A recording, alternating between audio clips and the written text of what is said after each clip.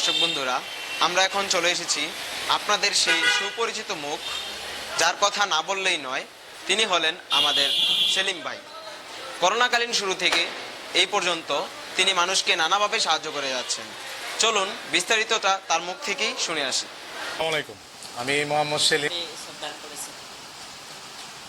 আসলে দান করছি, দান তো এটা একটা নিজের পরকালের একটা সম্পদ।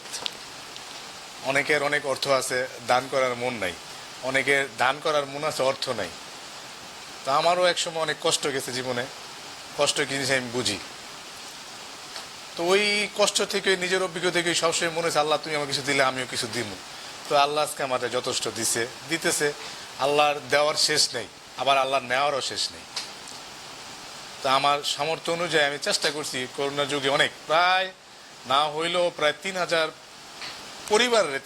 পরিবার আমি ত্রাণ বিতরণ করছি আমার অর্থায়নে, আমার নিজের উদ্যোগে। আশেপাশে আমার অনেক ছোট ভাই বাদার, অনেক বন্ধু বান্ধব, অনেক সিনিয়র পার্সন লোকও আছে যারা আমার উৎসাহিত করছে। তো আল্লাহর রহমতে 2 হাত দিয়া চেষ্টা করছি আমার এই এলাকা, সর্বপ্রথম আমার এলাকার মানুষের দেওয়ার জন্য।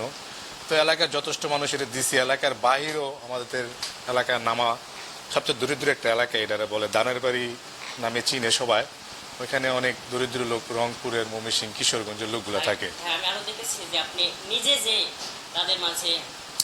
না, আসলে অন্যের হাতে দেওয়াটা আমি একটু কমই পছন্দ করি, কারণ ত্রাণ জিনিসটা আমি যেভাবে দিব, আমার হাত দিয়ে যেভাবে দিব, অন্যজন এভাবে দিবে না। হয়তো আত্মীয়তা করবে, হয়তো তার পরিচিত লোককে দিবে। তো আমি চিন্তা করছি ত্রাণ জিনিসটা আমি থাইকেই দিছি, একটু দূর থেকেও দিছি, অথবা আমি নিজের হাতেও দিছি।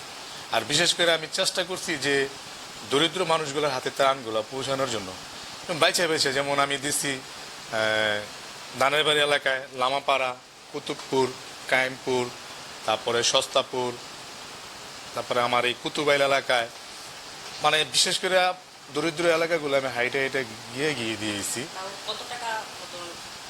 আসলে টাকার হিসাব করলে তো ওইগুলা তো হিসাব করে তো একদিনে তো আর এই 3,000 ফ্যামিলির পরিবাররা দেয় নাই। একদিন 500 ফ্যামিলির দিছি, একদিন 1,000 ফ্যামিলির দিছি, একদিন 50 জনের দিছি, একজন 20 দিনের দিছি। মানে আমি করোনা তো 25 তারিখে লকডাউন দিল না, 26 তারিখে জানি, 1 তারিখ থেকে আমি শুরু করছি। এখানে আমার আরেক বন্ধু শাহরিয়ার রাজা হিমেল, ও আমারে খুব সহায়তা করছে বা সাহায্য করছে, অনুপ্রেরণা করছে।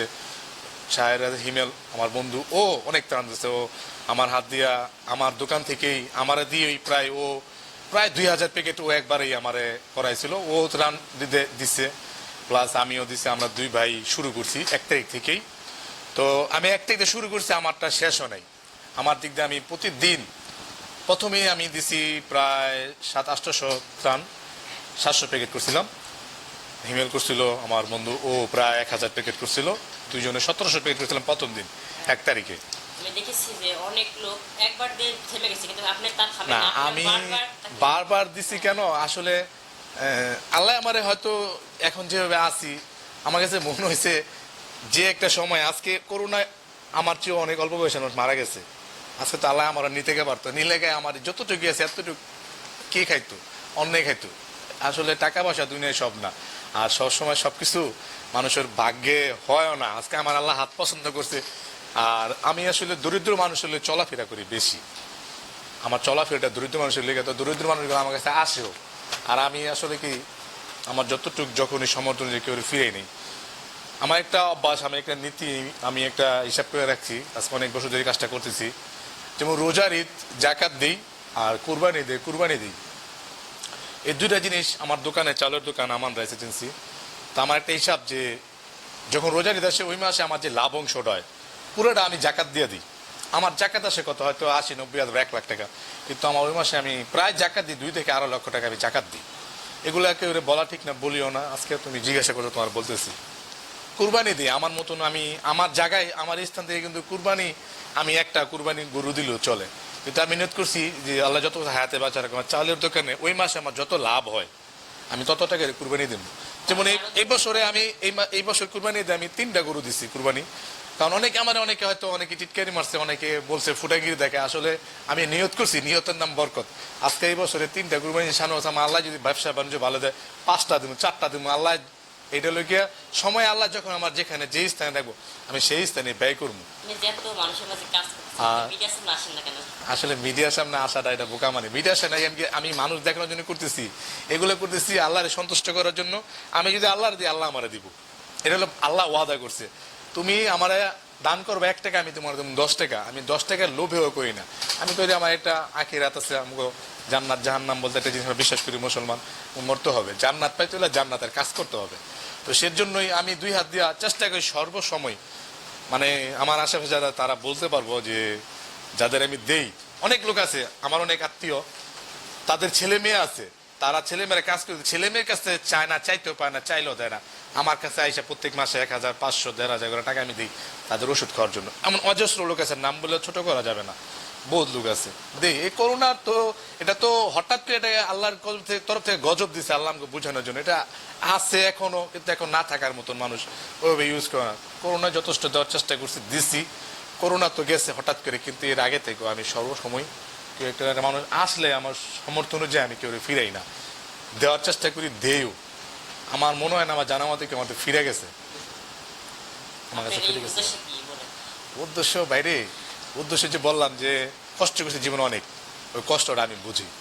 তো আল্লাহর কাছে ওয়াদাই করছি যে আল্লাহ যতদিন হায়াতে বাঁচা রাখে, সমর্থ অনুযায়ী কোনো মানুষকে যদি আমাদের ফিরাই দিও না, কষ্ট দিও না, ভিতরে অহংকার আইনো না, অহংকার দিও না, হিংসা দিও না, মানুষের ছোট করে দেখার মতন কোনো সুযোগ দিও না। যেদিন এই মানুষের সাথে খারাপ আচরণ বা ছোট করে দেখার একটা হিংসায় ওর আল্লাহ তুমি দুনিয়া থেকে উঠাই লই যাবো। তবে নিয়ত আছে যতদিন আল্লাহ হায়াতে বাঁচা রাখে আমি তো দিবই।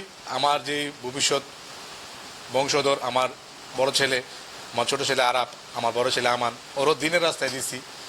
ও ওই মার্কাস মসজিদে মাদ্রাসায় পড়তেছে, মাদ্রাসা লাইনে দিছি। আমি ছেলে, আমার ছেলের ইংলিশ মিডিয়াম পড়াইতারি, আমার ছেলে কিন্তু ইংলিশ মিডিয়ামে আমি পড়াই না, আমি মাদ্রাসা লাইনে দিচ্ছি, দিনের রাস্তায় দিচ্ছি। আমার একটা উদ্দেশ্য যে আমি কতটুকু করতে পারতেছি বা পারি বা পারবো যাই না, যাতে আমি চলে যাওয়ার পরে আমার ছেলেটা অন্তত বাপের ফলো না করুক, কিন্তু ওর একটা আদর্শ নিয়ে মানুষে যদি ওর মতো করে ওইও অন্তত দেখে না বাপের চেষ্টা করছে, আমি বাপের চেয়ে বেশি দেওয়ার চেষ্টা করবো।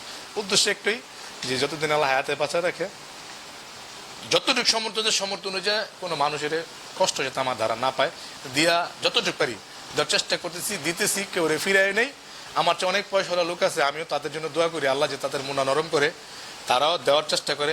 এদেশে অনেক লোক আছে যে তারা যদি তাদের মতো করে চিন্তা করতো যে না মরতে হবে, দিতে হবে, দান করতে হবে, তাইলে করোনার যুগে অনেক মানুষ কষ্ট করছে, না খেয়ে রয়েছে, একটা মানুষ না খেয়ে থাকতো না। আমার পক্ষে তো পুরো নারায়ণগঞ্জ শহর, পুরো বাংলাদেশ আর পুরো এলাকা কন্ট্রোল করা সম্ভব না, কিন্তু আমি যতটুকু চেষ্টা করছি আমার সমর্থ, আমার চোখে জানা মতে কেউ ফিরা জানে আমি দিচ্ছি, অনেক লোকের দিচ্ছি। এমনকি আমি অনেক অনেক জনের অনেক টাকা আছে, কিন্তু তারা কোনো কাদেরকে সাহায্য করেনি, কিন্তু আপনি অল্প কিছু হয়েছে কিনা অনেক মানুষের জন্য করেছেন, কি কারণে? বললাম একটা আনন্দ। তুমি দেখো বেলা যে দান করবা, দান করার পরে যখন তোমার কাছে 100 টাকা আছে, তুমি মানে 150 টাকার লোক এসে বলছে দিতে হইব, টাকা নাই, তুমি 50 টাকা কোনো টান দো, যদি 150 টাকা দিবা না, তুমি যদি ঋণ 50 টাকা হয়ে গেল, তোমার ঋণ তুমি উঠাই নিতে পারবা।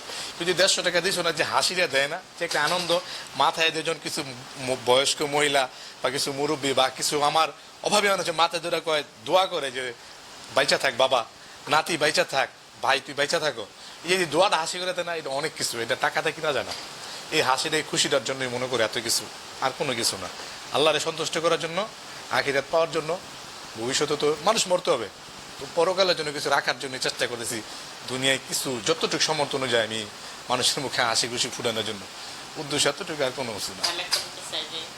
আপনি যেমন মানুষের মধ্যে কাজ করতেছেন, আপনার টাকা নেই, কিন্তু যাদের টাকা আছে তাদের সম্পর্কে বলেন যে তারা যেন কাজ করে। আসলে আমি আমার একটা ভিডিও আমি করছি, একটা ভিডিওতে আমি বলছিলাম যে আসলে মানুষের টাকা থাকলে মন থাকে না, আর মন থাকলে অনেকে ধন থাকে না। তবে আমার কাছে এই এলাকায় বা আমাদের নারায়ণগঞ্জ শহরে, বাংলাদেশে, সারা সমগ্র বাংলাদেশে অনেক পয়সার লোক আছে, যে সমস্ত পয়সাওয়ালা লোক আমার এলাকায় আমার ঢিল্লে মেরে লেতে পারবে এমনও পয়সাওয়ালা লোক আছে, কিন্তু তারা করোনার সময়, করোনা হয়েছে এই ধরনের কথা বইলা নিজেরা রুমের ভিতরে লুকিয়েছিল, ঘর থেকে বেরো নাই কিন্তু, বা আমিও দেখিনি। আমার কাছে মনে হচ্ছে এত কষ্ট লাগছে, তাদের কাছে আমি কিছু না, অথচ তারা 2-4-10 লক্ষ টাকা যদি আর 1 লক্ষ টাকা যদি দান করতো তা মনটার বুঝতাম। নিজের ভাড়াটিয়ারা মানে দাম তো দূরের কথা, তার যে ভাড়াটিয়া, যে ভাড়ার টাকা নিয়ে তারা বাইচা থাকতো, যে ভাড়াটিয়া নাকি সে আজকে 1 তলা 2 তলা 4 তলা 5 তলা 1 শতাংশ 10 শতাংশ মানে জায়গা টাকা পাহাড় বানাইছে, সেই ভাড়াটিয়া পর্যন্ত তারা সে দান করতে পারে না। তাই ভাড়াটিয়া পর্যন্ত 5 কেজি চালও দেয় নাকি। আমার কাছে কষ্ট লাগছে। তবে তাদের জন্য, তাদের উদ্দেশ্যে বলি, দোয়া করি তাদের জন্য, তাদের মন হেদায়েত হোক, তাদের মন নরম হোক,